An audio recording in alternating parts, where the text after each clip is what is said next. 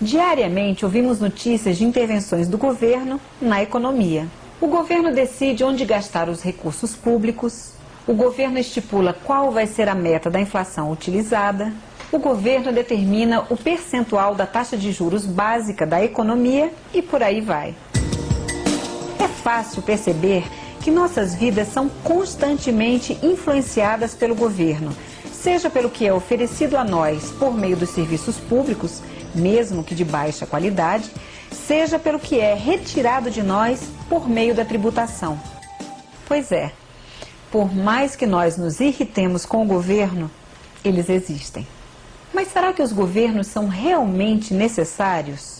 Na verdade, o mundo vem se tornando cada vez mais complexo, de forma que o governo é necessário sim, para regular a economia, promover a estabilidade do nível de produção, do emprego e dos preços. Já vimos que os mercados competitivos geram uma situação eficiente, mas isso é uma visão idealizada do sistema.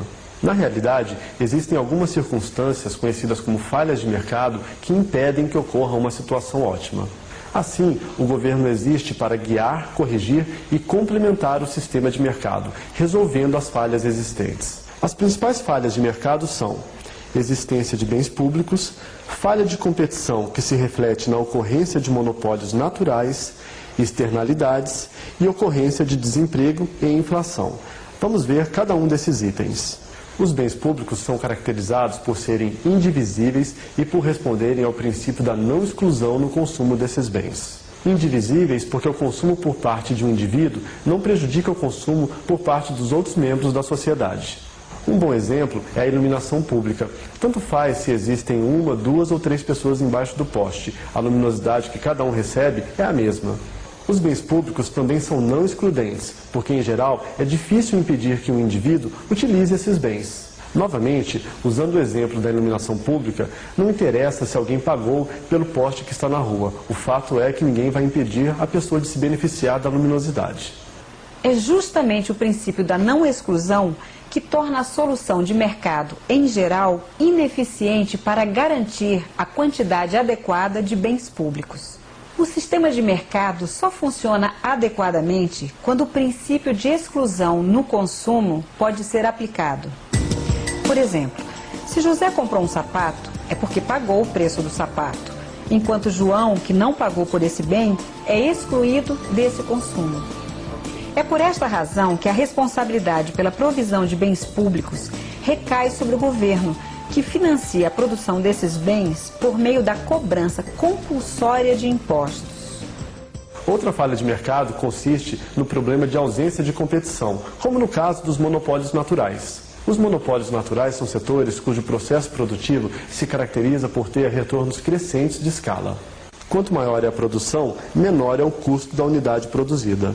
Um exemplo disso é o mercado de produção e distribuição de energia elétrica. O capital necessário para o empreendimento é tão alto que pode ser mais vantajoso haver apenas uma empresa produtora do bem em questão. Nesse caso, o governo é fundamental para exercer a regulação dos monopólios naturais, de forma a impedir que o forte poder de mercado se reflita em preços abusivos. O governo também pode responsabilizar-se diretamente pela produção do bem ou serviço referente ao monopólio natural. Outra situação não captada pelo sistema de mercado são as externalidades.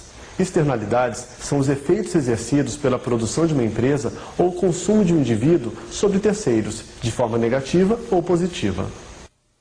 Por exemplo, uma fábrica de cimento exerce um impacto positivo quando gera uma infraestrutura na comunidade onde está instalada, como estradas e vilas.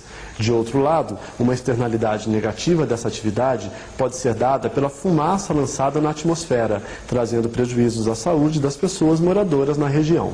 A existência de externalidades justifica a intervenção do Estado, que pode se dar por meio de produção direta ou concessão de subsídios para gerar externalidades positivas. Multas ou impostos para desestimular externalidades negativas. Regulamentação.